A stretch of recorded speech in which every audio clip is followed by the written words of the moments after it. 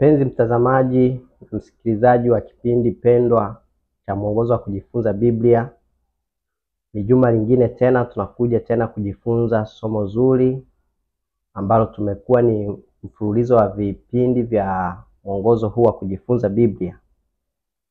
Ninakukaribisha mahali popote ulipo upate muda wa kusikiliza kile ambacho tutajifunza katika juma hili ambalo somo linasema misingi ya unabii. Na katika fungu la kukariri la juma hili, kisha nikasikia sauti ya Bwana akisema, ni mtume nani, naye ni nani atakaye kwenda kwa ajili yetu? Na ndipo niliposema, mimi hapa, nitume mimi. Kwa katika juma hili tutaangalia misingi ya unabii.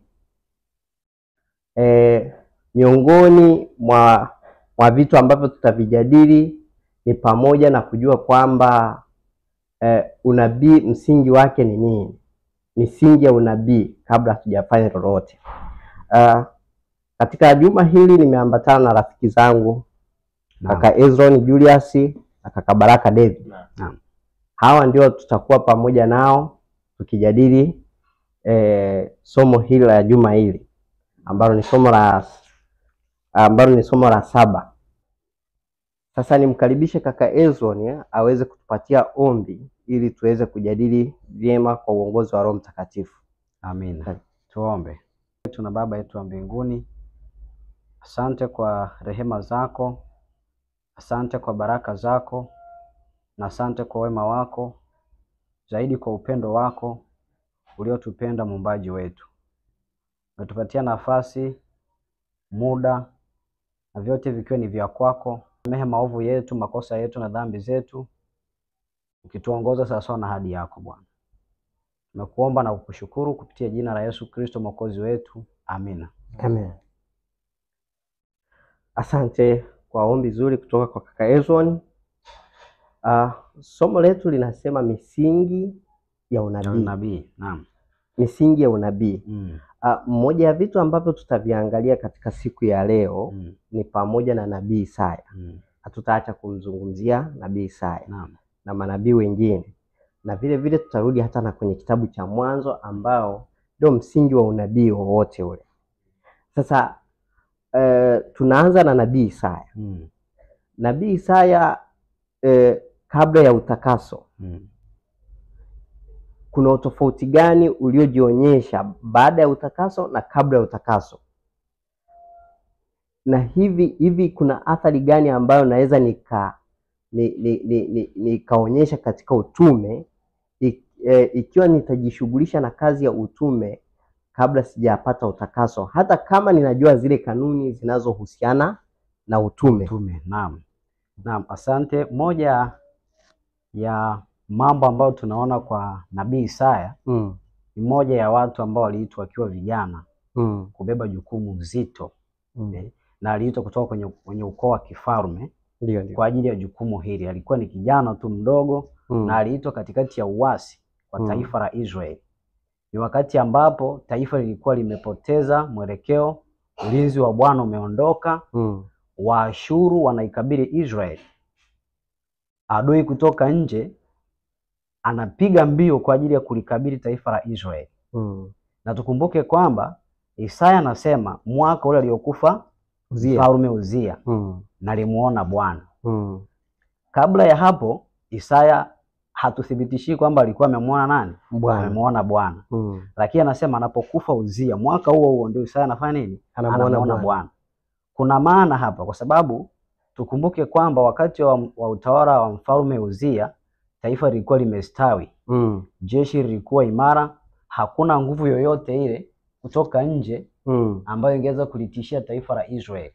Na wakati huo lilikuwa chini ya utii wa sheria ya Mungu. Na kwa kuwa walikuwa waaminifu kwa Mungu, hakuna nguvu yoyote ile ya kibinadamu ikiwa uvuli wa Bwana ungekuwa kwao ambayo ingeweza kulikabili taifa hili. Lakini baada ya uasi kutoka kwenye sheria ya Mungu, tunaona taifa linapoteza mwelekeo, na anapokufa Uzia taifa linazidi kuasi.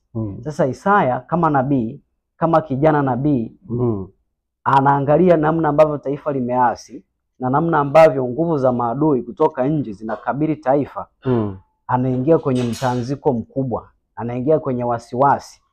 Wakati huu ambapo Isaya akiwa na wasiwasi, akiwa na mashaka kuhusu hatima ya Israeli, lakini kilichokuwa kinamtisha zaidi sio nguvu ya maadui kutoka nje. Kilichokuwa kinamtisha nabii Isaya kama mtu ambaye alikuwa amebeba ujumbe kwa Israeli ni uasi ambao ulikuwa unaendelea ndani ya taifa. Taifa lilikuwa linaelekea kuwa kama Sodoma na Gomora. Uangamivu ulioikabili Sodoma ulikuwa unaingia kwenye taifa. Sasa nabii akiwa katika mashaka, akiwa katika wasiwasi, na tumaini lilikuwa katika kwa mfalme Uzia. Sasa anapokufa mfalme ndio anafunuliwa kuhusu kile ambacho Bwana alimuonyesha. Anasema alimuona Bwana, anaelezea mandhari ya mbinguni, jinsi ambavyo alifunuliwa mpaka kwenye chumba cha enzi. Anatazama. Sasa Isaya anapotazama na anapomuona Bwana, ndipo tunaona kwenye fungu la 5 anasema, ole wangu, kwa kuwa mimi nimemuona Bwana, mfalme wa Israeli. Kwa kuwa mimi nimepotea. Kwa sababu mimi ni mtu mwenye midomo michafu na ninakaa kati ya watu wenye midomo michafu. Lakini kabla ya hapo Isaya haoni hatia yake, haoni dhambi. Tukumbuke kwamba taratibu za kidini zilikuwa zimemfanya Isaya kama nabii ameridhika. Akiona namna ambavyo taifa limestawi, hakuona hitaji lolote, alikuwa ameridhika na taratibu zile za kidini. Na kwa hivyo wakati huu sasa anapomuona Bwana, anapojaribu kulinganisha utakatifu wa Bwana na tabia ya kibinadamu, anaona kuna kasoro kubwa, na Isaya ananyenyekezwa zaidi. Na anapomuona Bwana ndipo anakiri kwamba mimi nimefanya nini? Nimepotea. Wakati huu Isaya anaona dhambi yake. Tukumbuke alikuwa akionya juu ya maovu ya Israeli. Lakini wakati huu sasa naye anaona dhambi yake. Kuna baadhi ya mifano katika Biblia ambayo tunaweza tukalinganisha na kisa hiki cha Isaya. Katika kitabu cha Luka sura ya 5 tunamuona Petro, mmoja wa wanafunzi wa Yesu. Katikati ya uvuvi wa samaki, baada ya kuwa Petro wamefanya kazi usiku kucha, wamekesha na hakuna chochote alichokipata, Bwana anaingia kwenye chombo kimojawapo cha Petro na anawataka wapeleke vyombo mpaka ng'ambo. Wanapofika katikati, anawaambia washushe nyavu, wavue nini? Wavue samaki. Wanapovua samaki, baada ya kupata wale samaki, na ukumbuke kwamba aliambiwa mchana, na kazi ya uvuvi kwa kawaida ilikuwa inafanyika usiku. Lakini wakati huo anapoambiwa, wanaona kwamba hii jambo sio la kawaida, lakini anapotii wanaona matokeo. Na kwenye fungu la 8, Petro baada ya kuwa amepata wingi wa samaki na wanafunzi wengine wakiwa wanahangaika na kutoa wale samaki, Petro anamwangalia Yesu, anaanguka miguuni, anasema, ondoka kwangu, kwa kuwa mimi ni mwenye dhambi. Kwa hiyo analinganisha utakatifu wa Bwana, anaona kwamba kuna nguvu ya udhihirisho wa Bwana ndani ya huyu mwalimu wa Kiyahudi. Kwa hiyo Petro anaanguka miguuni pa Yesu, anasema, Bwana, ondoka kwangu, mimi ni mwenye dhambi. Lakini haachii miguu ya Mwokozi. Yesu anamwambia usiogope, kwa sababu utakuwa mvuvi wa watu. Kwa hiyo hata nabii Danieli alipomuona Bwana, anasema kwamba nguvu zilimuishia katika ile Danieli sura ya 10. Hakuna nguvu iliyosalia ndani yake. Anasema uzuri wake uligeuzwa kuwa uharibifu. Kwa hiyo mwanadamu ambaye aliwahi kufunuliwa utukufu wa Mungu, hakuna yeyote aliyejinua. Hakuna yeyote aliyethubutu kusema juu ya haki yake, juu ya utakatifu wake. Badala yake tunachoona ni hatia zetu. Kuna maneno haya ambayo nabii amesema katika kitabu cha Tumaini la Vizazi Vyote, ukurasa wake ni 248. Anasema ilikuwa ni wakati ni kwa utakatifu wa kimbingu kama huo uliomfanya Danieli kuanguka kama mtu aliyekufa mbele ya malaika wa Mungu. Maana alisema uzuri wangu ligeuzwa ndani yangu kuwa uharibifu. Wala sikusaziwa nguvu. Hivyo ndivyo ilivyo kwa Isaya pia. Alivyouona utukufu wa Bwana akasema kwa mshangao, ole wangu, kwa maana nimepotea, kwa sababu mimi ni mtu mwenye midomo michafu, nami ninakaa kati ya watu wenye midomo michafu. Nabii anaendelea kusema, na macho yangu yamemuona mfalme, Bwana wa majeshi.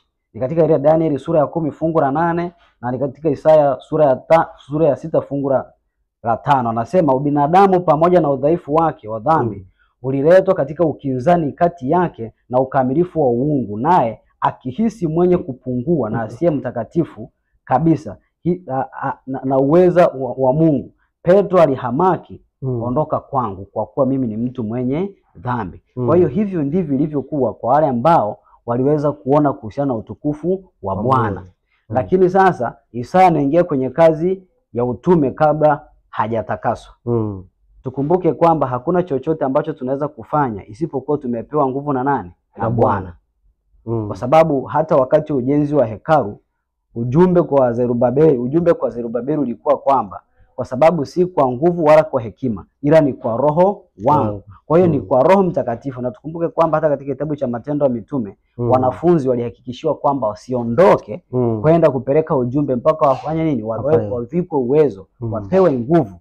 Kwa hiyo ni kupitia Roho Mtakatifu tu, ni kupitia kutakaswa ndipo tunaweza kunyenyekezwa ili tuweze kuona hata thamani ya roho zinazoangamia. Lakini vinginevyo tutakuwa ni watu wenye kuhukumu. Tutakuwa ni watu wenye kutafuta kasoro za wanadamu wengine na sio kuangalia hata sisi mapungufu yetu wenyewe. Hivyo ndivyo ilivyo na ndivyo Bwana anavyowatumia watu wake. Na kwa hilo ninajifunza kitu katika ya kadiri unavyokuwa unamsogelea Mungu ndivyo unavyozidi kuona udhaifu wako. Ndivyo unavyozidi kuona kile ambacho unapaswa kuachana nacho. Ni kana kwamba mwanga unapong'aa kwenye giza nene unazidi kutokomeza giza. Na ndio maana hata Isaya tunaona anamuona Bwana na anaona mapungufu yake. Hatuwezi tukamuona Bwana alafu tukaendelea kubaki katika hali ile ambayo tulikuwa nayo awali. Isaya anajiona namna ambavyo amepungua na asingeweza kuibeba hata kazi ya Mungu kwa hali ile aliyokuwa nayo. Kwa hiyo tunaona kwamba hata kazi ya Mungu hatuwezi kuibeba katika mabega yetu ikiwa bado tunaendelea kusalia katika hali ya dhambi. Asante kwa michango yenu mizuri. Kazi ya utume hata kama tunazijua kanuni zake kwamba nitakiwa nianze hivi na hivi na hivi, ikiwa kama hatujapata utakaso ni ngumu. Ni ngumu kwa sababu mahali tunapoenda kufanya utume kwa sababu tumeambiwa tuanzie wapi? Yerusalemu. Sasa Yerusalemu yetu inaweza ikawa ndio sehemu ya kutukwamisha kwa sababu watu wanajua matendo yetu. Na wanajua njia zetu. Wanajua njia zetu.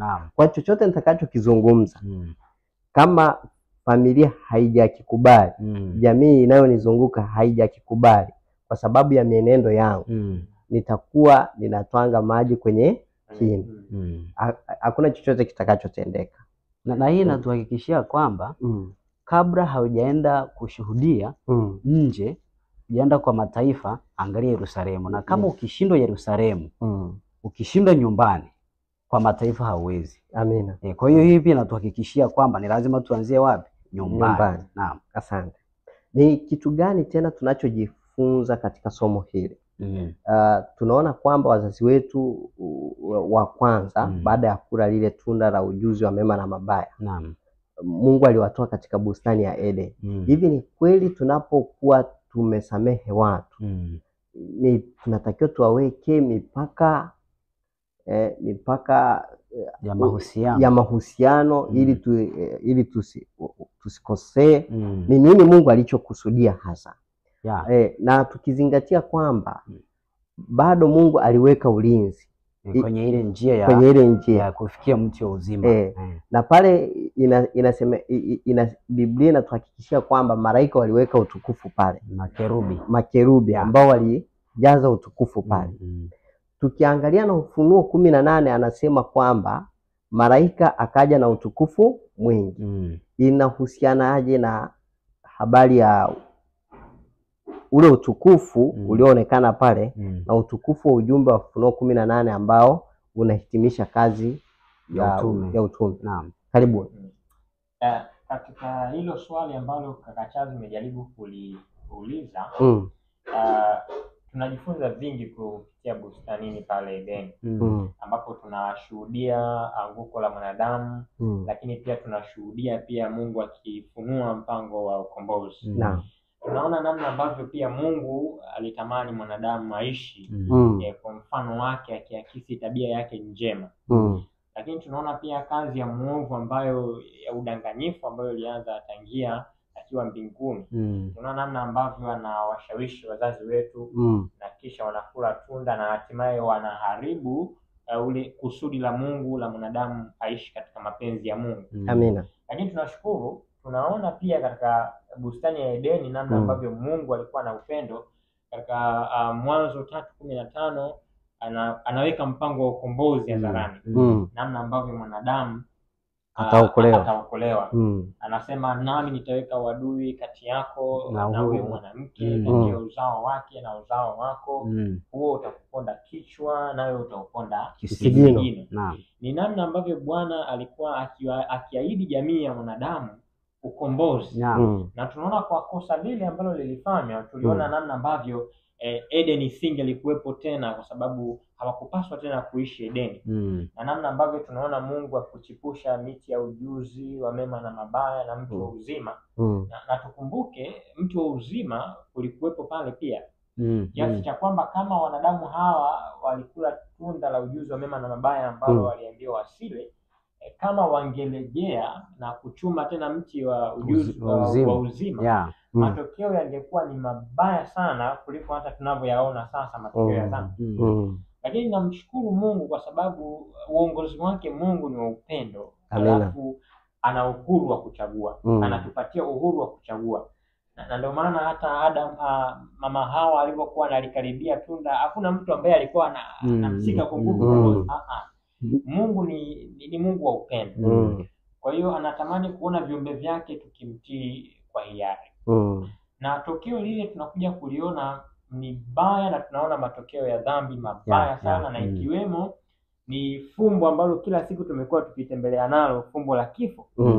Maana alisema hakika mkila siku mkila hakika mtafanya nini? Mtakufa.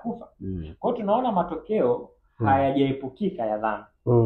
Isipokuwa uchaguzi ni kweli tunakuwa nao kaka Ezra. Uchaguzi wa kutenda mambo Bwana ametupatia, ila ana maelekezo kwa sheria yake. Natamani ukazie pointi hiyo kwamba matokeo ya dhambi hatuwezi kuyaepuka. Hii inatufundisha nini ukilinganisha Bwana anasema aliwasamehe wazazi wetu dhambi yao. Sasa afu baadaye wanafukuzwa kutoka kwenye bustani. Hii inakuwaje kwamba hatuwezi kuepuka matokeo ya dhambi? Amina. Inakaaje hii? Ni kweli unachokizungumza Ezra. Ya kwa muktadha wa Biblia, matokeo ya dhambi hayakuepukika pale Edeni. Tunaona namna ambavyo maisha nje ya Edeni yalikuwa ni ya kutisha kidogo. Yalikuwa ni tofauti na yale ambayo yalikuwa ndani ya Edeni. Tunaona namna ambavyo mtu anakula kwa jasho.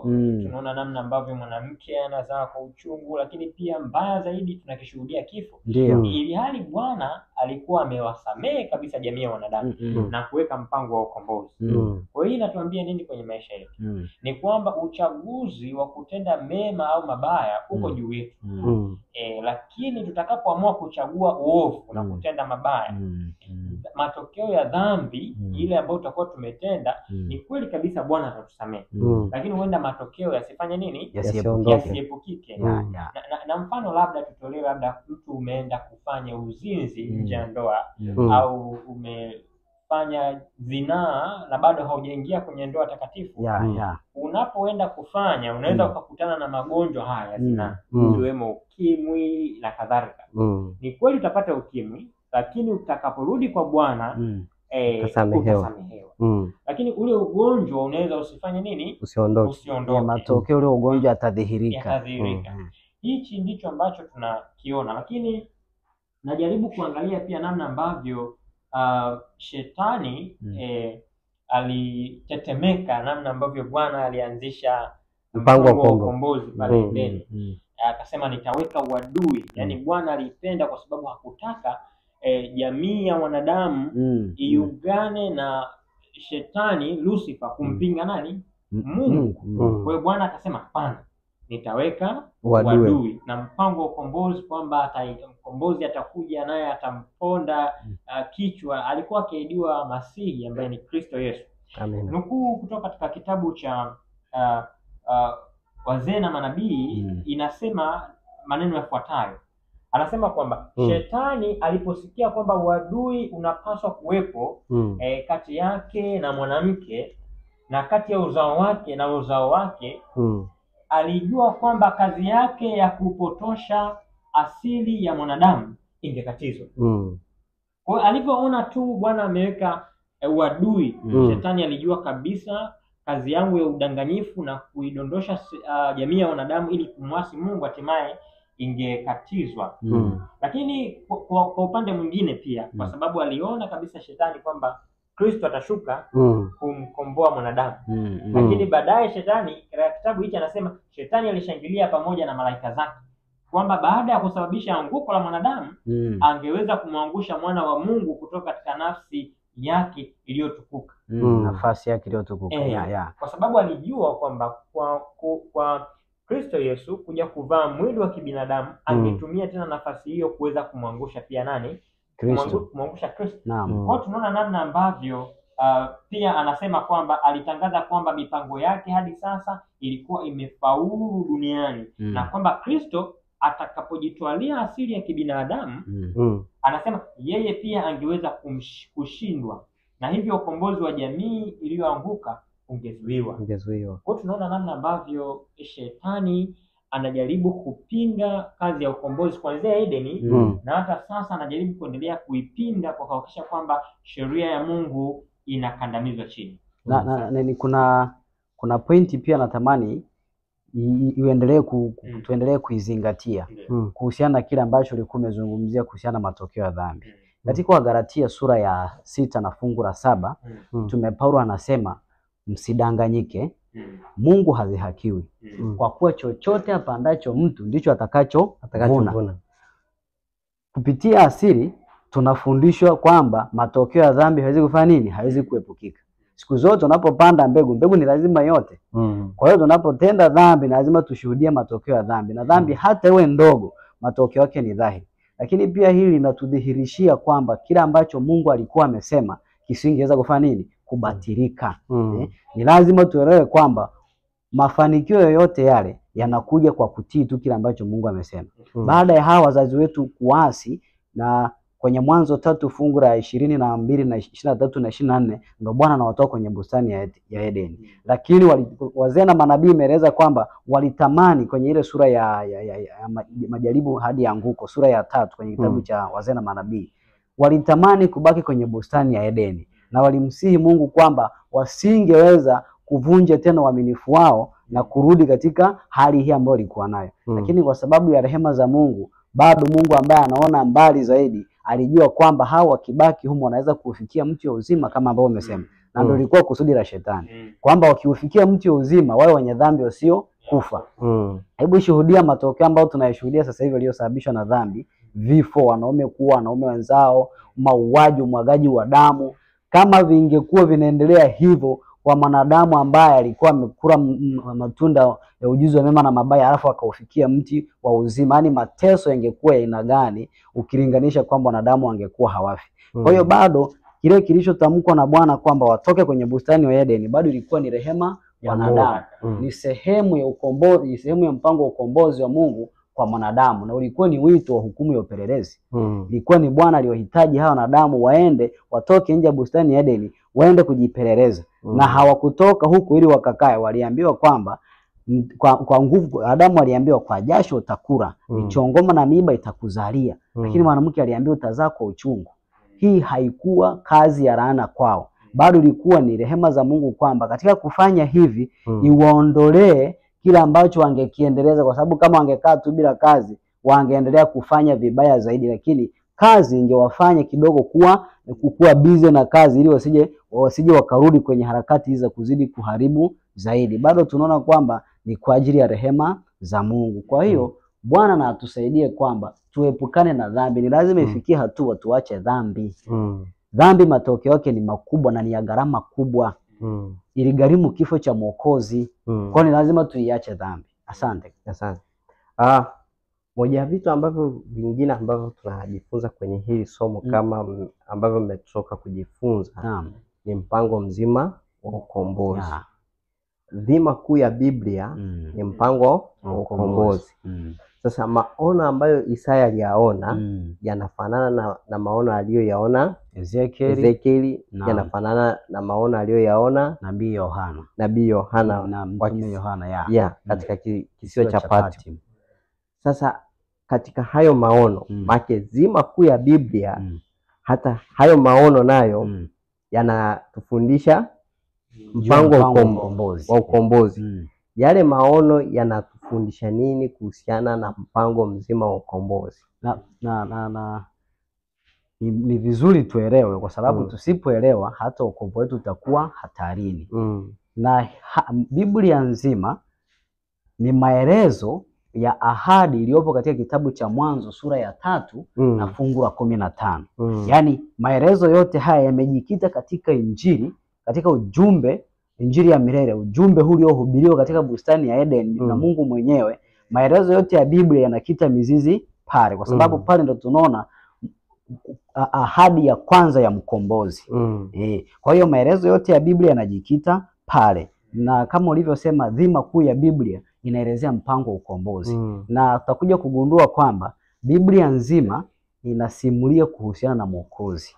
Kwa sababu hata Yohana 5:39 na Yesu alikuwa akiwaambia Wayahudi kwamba mnayachunguza maandiko mkidhania kuwa mna uzima wa milele ndani yake, na hayo ndiyo yanayonishuhudia. Kwa hiyo kwamba maandiko yote yanamshuhudia nani? Yanamshuhudia Yesu. Na hata kwenye Matendo ya kitabu cha Luka sura 24 kuhusiana na wale wanafunzi waliokuwa wakienda Emau, Biblia inasema kwamba aliwafunulia maandiko, aliwafunulia yote yaliyomhusu, akianzia Musa na manabii wote pamoja na Zaburi, akawaeleza mambo yaliyomhusu. Kwa hiyo haya yote, maandiko yote yanamshuhudia nani? Yanamshuhudia Yesu. Sasa maono aliyoyaona Isaya na Ezekieli, na tukumbuke na Yohana, na tukumbuke kwamba Ezekieli naye ni miongoni mwa manabii ambao waliitwa kutoa ujumbe katika nchi ya ugeni. Wakati huu ni wakati ambapo Israeli ilikuwa hamishoni kule Babeli. Kwa hiyo hata huyu nabii alitazama jinsi ambavyo nchi ya baba yake iko ukiwa, jinsi ambavyo majumba yamebaki kuwa magofu. Hali hii ilimhuzunisha sana nabii, ilimfadhaisha sana, na ndo ameitwa kutoa ujumbe kwa watu ambao kwanza wako utumwani.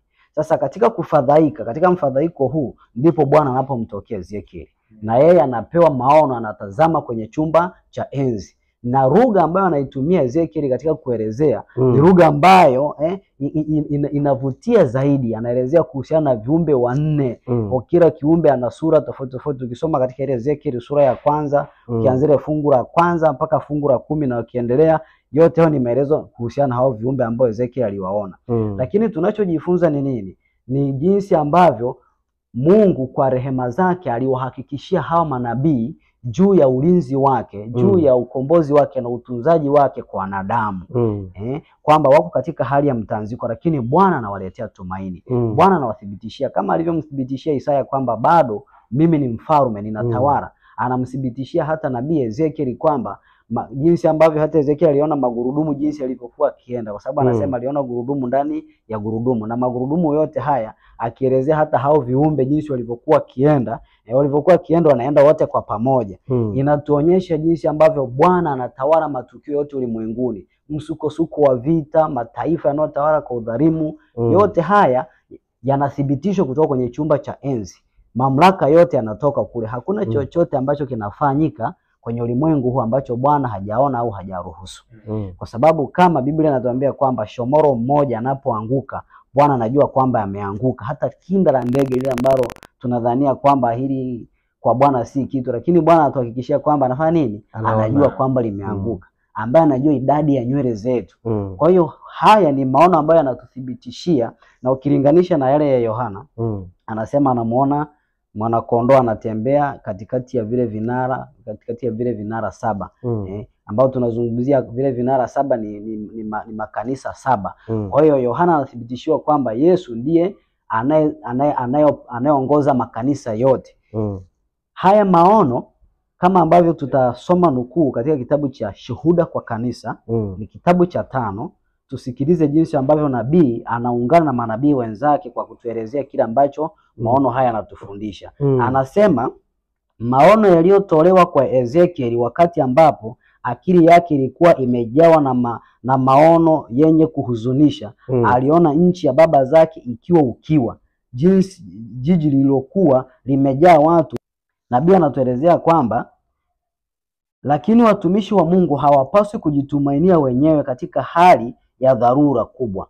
Katika maono aliyopewa Isaya, Ezekieli na Yohana, tunaona jinsi ambavyo mbingu inahusiana kwa ukaribu na matukio yanayotokea duniani, na jinsi Mungu anavyotunza wale wenye uaminifu kwake kwa ukuu au wema mwingi. Ulimwengu hauko bila mtawala. Mpango wa matukio yajayo uko mikononi mwa Bwana mtukufu, mkuu wa mbinguni. Una hatima ya mataifa pamoja na mahangaiko ya kanisa lake katika utendaji wake mwenyewe. Kwa hiyo Bwana ndiye anayetawala matukio yote. Maono haya yanatuthibitishia hata sisi, yanatupatia tumaini leo. Tukiona jinsi ambavyo manabii walipata faraja kutokana na kile ambacho waliona, tunapata tumaini. Na hii inatuthibitishia pia kuhusiana na kile ambacho Bwana aliahidi katika ile Mwanzo sura ya 3 fungu la 15 kuhusiana na Injili, mpango ukombozi. Asante. Naam. Cha kuongezea pia hapa kaka Chazi, nilikuwa ninajaribu kuangalia namna ambavyo pia kusudi la mpango wa ukombozi. Kusudi hasa ni nini? Tunaona namna ambavyo dhambi ilipoingia iliharibu kusudi la Mungu, namna ambavyo mwanadamu anapaswa kuishi. Naam. Lakini kwa ahadi ya Mwanzo 3:15 tunaona kusudi la mpango wa ukombozi ni kurejesha ndani ya mwanadamu sura ya muumbaji wake. Naam. Na anasema pia kusudi lingine ni kuendeleza ukuaji wa mwili, akili na ukamilifu mwanadamu aliyoumbwa nao, kwa sababu mwanadamu aliumbwa akiwa mkamilifu. Kwa hiyo kusudi la mpango wa ukombozi moja ni kurejesha tabia ya Mungu ndani ya mwanadamu. Na ndio maana tukapewa amri 10, amri zake ambazo ni wasilisho wa tabia yake. Lakini pia naona Mungu kwa rehema zake alimtazama mwanadamu namna alivyomuumba, alivyokuwa mkamilifu. Kwa ahadi ya Mwanzo 3:15 Bwana anataka kumrejeshea mwanadamu ukamilifu wake wa mwili, akili na nafsi pia. Lakini pia kuendeleza ukuaji wa mwili, akili na nafsi pia. Kwa hiyo Mungu wetu anataka kuturejesha. Nitumie neno anataka, ninakosea. Mungu wetu anaturejesha, ili hali bado kwenye urejeshwaji huu tunahitaji kukubali kwa kutii sheria zake pamoja na amri zake ambazo tunaona zinaenda kukandamizwa na zinaendelea kukandamizwa, na hatimaye mwanadamu anaharibu mpango wa ukombozi, lakini hatimaye utakamilika. Kwa sababu Bwana anahitaji mahusiano. Mahusiano, unajua dhambi ina athari kubwa. Dhambi iwafanya Adamu na Hawa waanze kumfikiria, waanze kuchora Mungu wa picha. Tofauti na vile ambavyo tunaona tabia ya Mungu kupitia kwa Yesu. Hata sisi leo kutokana na dhambi tunaweza tukafikiria kuhusiana na tabia ya Mungu, tukaifikiria tabia ya Mungu isivyo. Na kutokana na udhaifu wetu wa kutokuelewa tunaweza tukaanza kufikiria kuhusiana na Mungu, lakini tabia ya Mungu halisi inafunuliwa kupitia kwa Yesu. Jinsi anavyohusiana na watu wake, jinsi anavyotamani kukaa na watu wake. Anasema haoni haya kutuita ndugu zake, haoni haya kutuita marafiki zake. Na Yesu anasema siwaiti tena watumwa, bali nawaita rafiki zangu. Kwa hiyo anahitaji mahusiano, anahitaji ukaribu. Lakini dhambi inatutenga na Mungu. Kwa hiyo ni vizuri kwa kumtazama Yesu tunaweza kuona jinsi ambavyo dhambi ni mbaya, kwa sababu kadri tunavyomtazama ndivyo tunavyoona ubaya wetu. Kwa hiyo Bwana anahitaji mahusiano. Asanteni kwa michango yenu ambayo ni nzuri, ambayo inatuhakikishia jinsi ambavyo Mungu ana makusudi makubwa juu yetu. Kitu kingine ambacho katika hili somo tumekiona ni uwepo wa hema takatifu, ambayo katika hiyo hema takatifu iliwahakikishia wana wa Israeli uwepo wa Mungu maishani mwao. Sasa sisi kwetu leo katika ulimwengu huu tulionao hatuna hema takatifu. Sasa tunawezaje tukawa na uhakika kwamba bado Mungu yupo katika maisha yetu? Asante kaka Charles. Tunaona pia hata katika historia ya wana wa Israeli kweli Mungu alijidhihirisha kupitia hema takatifu. Wingu lilitua na lilileta utukufu utukufu, namna ambavyo pia waliongozwa jangwani, walikuwa wana uhakika kwamba Mungu yuko pamoja nasi. Naam. Lakini leo ni nini basi ambacho kinatuhakikishia uwepo wa Mungu? Kitabu cha Yohana 14 na fungu la 21 nao linasema yeye aliye na amri zangu na kuzishika, yeye ndiye anipendaye. Naye anipendaye atapendwa na Baba yangu, nami nitampenda na kudhihirisha kwake. Kwa hiyo miongoni mwa vitu ambavyo vinaweza vikatudhihirishia ni amri za Mungu. Zinaweza zikatudhihirishia uwepo wake. Lakini kuna kitu ambacho tunakiita ukweli wa sasa au ukweli wa siku za leo, ambazo kweli hizi pia zinaweza zikatudhihirishia uwepo wa Mungu. Na miongoni mwa kweli hizi ni amri za Mungu zikiwemo, lakini pia ikiwemo patakatifu kihusianisha na siku 2300, lakini pamoja na imani ya Yesu. Hivi vitu vinatudhihirishia uwepo wa Mungu. Na anasema yule ambaye atazishika amri zake, yeye atajidhihirisha hapo. Kwa hiyo hivi tunaweza tukaona namna ambavyo tunahusika na wito mkuu wa kutii amri za Mungu, na hususani kujifunza kwa undani kuhusiana na somo la patakatifu, kwa sababu hapo ndipo kuna udhihirisho wa Mungu kuhusianisha na siku 2300, lakini pia imani ya Yesu.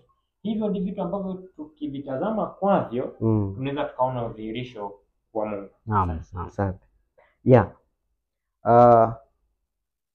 Wana wa Israeli kama ambavyo umekwisha kueleza, unajua maagizo yote ambayo wana wa Israeli walipewa yanatuhusu hata sisi. Naam.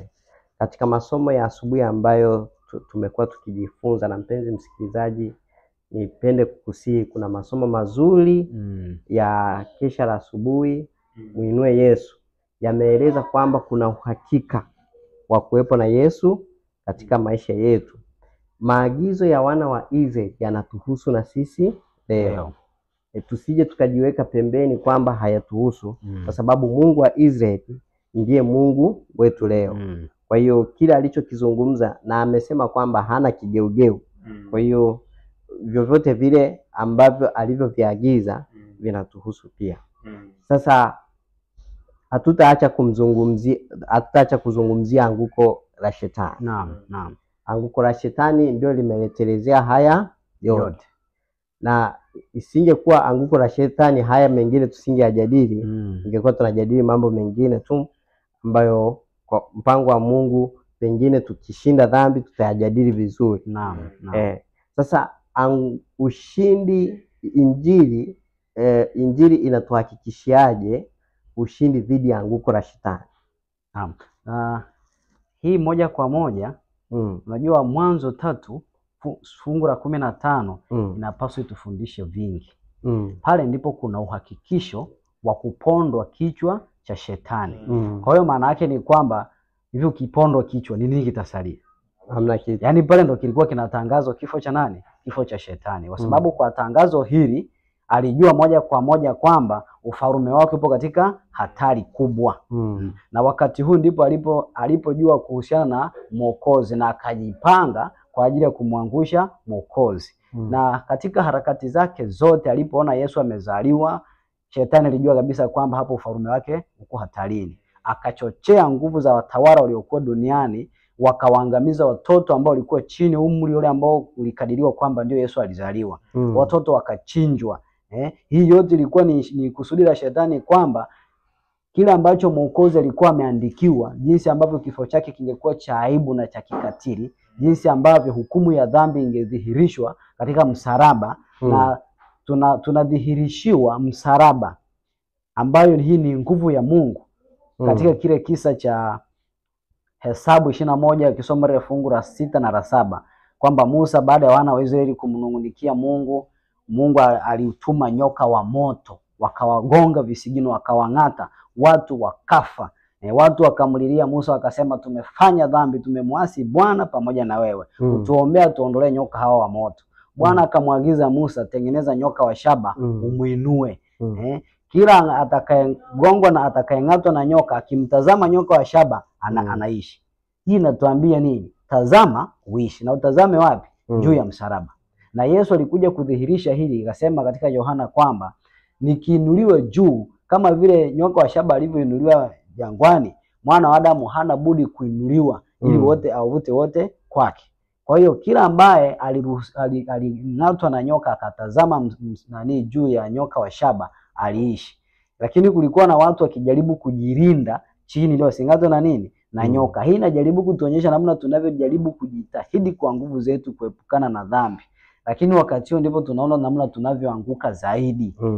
Kwa hiyo uhakikisho wa kifo cha shetani ulihakikishwa katika udhihirisho wa msalaba ambao tulionyeshwa hata katika kitabu cha Hesabu. Na kwenye kisa hiki cha nyoka wa shaba ni ujumbe wa haki kwa imani.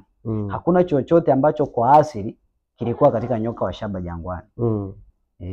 Ilikuwa ni swala tu la kutazama kwa imani unaishi. Huu ni ujumbe wa haki kwa imani. Tunadhihirishwa pale ujumbe wa haki kwa imani. Na kwa sababu hiyo unajua wengi wamekuwa wakiuliza kwa nini tumiwe ishara ya nyoka ikilenga kuhusiana na msalaba wa Yesu. Hii ilikuwa ni alama ya dhambi.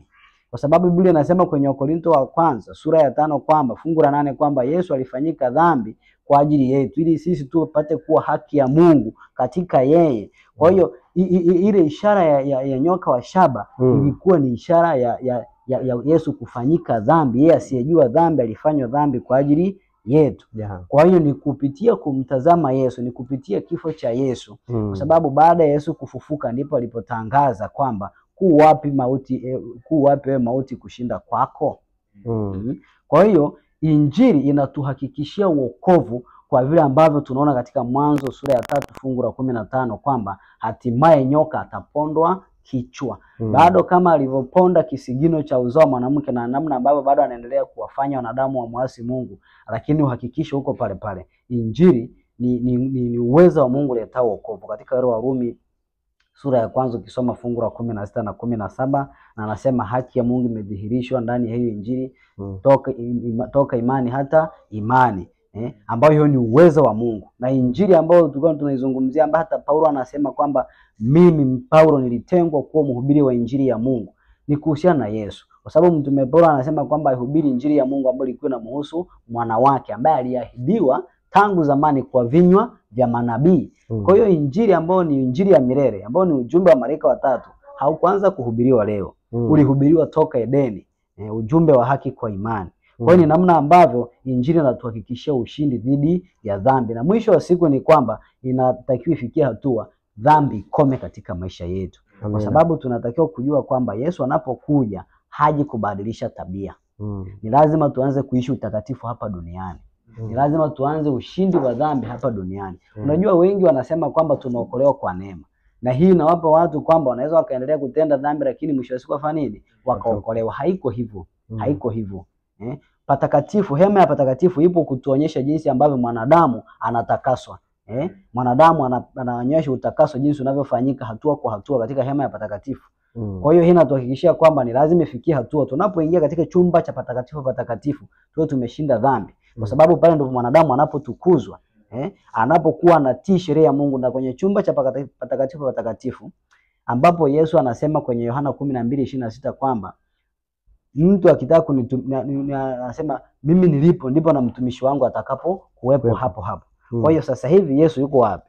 Yupo katika chumba cha patakatifu. Na tukumbuke kwamba kwenye hema ya duniani kuhani alipokuwa akiingia chumba cha patakatifu, huduma kwenye chumba cha kwanza zilikoma. Kwa hiyo kwa sababu Yesu yupo kwenye chumba cha patakatifu ambapo aliingia mwaka 1844, huduma anayoifanya pale ni huduma ya kusubiri dhambi, ni huduma ya kuondoa dhambi. Sasa kama yuko pale akifanya upatanisho kwa ajili yetu, anasubiri nini? Tuungame dhambi, tuziache na dhambi zifutwe ili uje wakati wa kuburudishwa.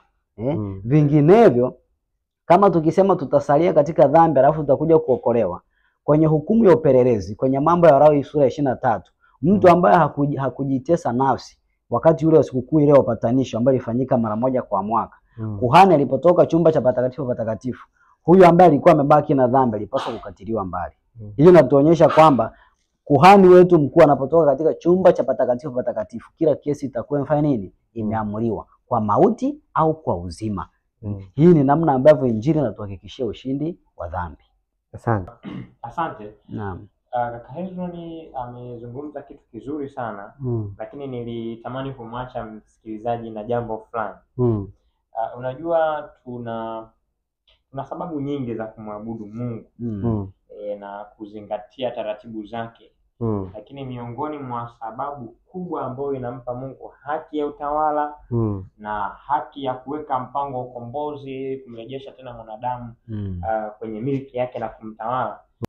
Haki ya Mungu ya kumrejesha mwanadamu katika utawala. Naam. Ni haki ya kuumba. Yaani katika Zaburi 95 mstari wa 6 anasema, njoeni tuabudu, tusujudu, tupige magoti mbele za Bwana aliyetuumba. Kwa kusudi la Mungu na haki yake ya kuweka mpango wa ukombozi na kuhitaji kumrudisha tena mwanadamu kwenye miliki yake, hiyo ni haki yake. Ni kwa sababu gani haki yake? Zaburi 95 anatueleza ni kwa sababu ametuumba. Naam. Na ndio maana hakuvumilia kuona jamii ya wanadamu iendelee tena kuteseka, kusudi lake liendelee kuvunjwa kila siku, kumwona mwanadamu akiingia kwenye dhambi na ukatili wa dhambi. Hatimaye kwa upendo aliweka mpango wa ukombozi. Amen. Na hii inaonyesha namna ambavyo pia mwovu kuna nyakati huwa anatumia udanganyifu na hila kuonyesha kana kwamba baadhi ya vitu Bwana havizingatii, ikiwemo sheria yake. Naam. Na tunaona hata namna ambavyo mpango wa ukombozi ulivyowekwa, alisikitika na kutetemeka, lakini baadaye alikaa akasema hapana, kwa sababu mwana wa Mungu atavaa ubinadamu. Na hapo akishuka tu kwenye ubinadamu, mimi nitafanya na yeye aanguke. Kwa hiyo tunaona namna ya hila za muovu shetani katika kuhakikisha kwamba mpango wa ukombozi wa Mungu hautimiliki, mwanadamu kurejeshwa katika hali yake ya ukamilifu, mwanadamu kurejeshwa katika ukuzi mzuri wa nafsi, akili, na mwanadamu kurejeshwa katika kutii sheria za Mungu na amri za Mungu. Shetani yeye anapinga, kwa sababu yeye ni mpinzani kuanzia mbinguni. Tunaona katika Isaya 14:13 namna ambavyo alitupwa kwa sababu ya ukaidi wa sheria za Mungu. Kwa lile pambano ambalo tunaona shetani alianzisha katika nyua za mbinguni la kupinga serikali ya Mungu na utawala wa Mungu, hakuishia mbinguni, na hatimaye alihamia katika jamii ya wanadamu. Na akaendelea vile vile kuhamasisha wanadamu kwamba Bwana sheria zake haziwezi kushikika, haziwezi kutiiwa. Na ndipo Bwana anamtuma mwanae, ndipo Kristo anakuja na anaishi maisha matakatifu. Hii ni onyo kwa wanadamu kwamba Kristo katika hali ya kibinadamu bado alistahimili kushika sheria za baba yake, ambayo ni baba yetu pia alituambia. Kwa hiyo hii inatupatia kwamba mwanadamu kwa namna yoyote ile, ili hali ni kweli kuna hila za mwovu shetani zikitudanganya, lakini mwanadamu lazima afikie kiwango cha kutokutenda dhambi. Naam, lazima na tabia kama ya Yesu. Kabisa. Kwa sababu hawezi ukakaa na Yesu kama huna tabia kama ya kwake. Tunadai twende mbinguni, ni lazima tufanane na yeye kitabia. Sahihi. Asanteni sana kwa michango yenu mizuri. Mpenzi msikilizaji na mfuatiliaji wa channel zetu za Sanctuary pamoja na Sauti ya Ukweli wa leo, tumekuwa na kipindi kizuri cha misingi ya unabii. Hivi ndivyo tunavyofikia mwisho. Pende kualika, uendelee kualika wenzako kufuatilia hivi vipindi, kwa maana ya kushare na kusubscribe na kulike, kwa maana ya kuweka ile dole ya gumba. Mungu atukuzwe kwa muda wako huo uliotenga, na Mungu aendelee kukubariki na kukubariki. Tunashukuru kwa muda wako. Mungu aendelee kutukuzwa. Amen. Nimkaribishe kaka Baraka tupate kutufungia kwa ombi la mwisho. Karibu sana. Basi tupate kuomba. Baba yetu na Mungu wetu, tunakushukuru sana kwa wasaa ambao umetupatia pamoja na mtazamaji. Tumejifunza mengi, tunaomba Bwana yakawe ni sehemu ya maisha yetu, ili tukakutukuze wewe. Tubarikie vipindi vijavyo, tupatie usikivu mzuri na tafakari njema, ni kupitia jina la Yesu Kristo. Amen. Amen.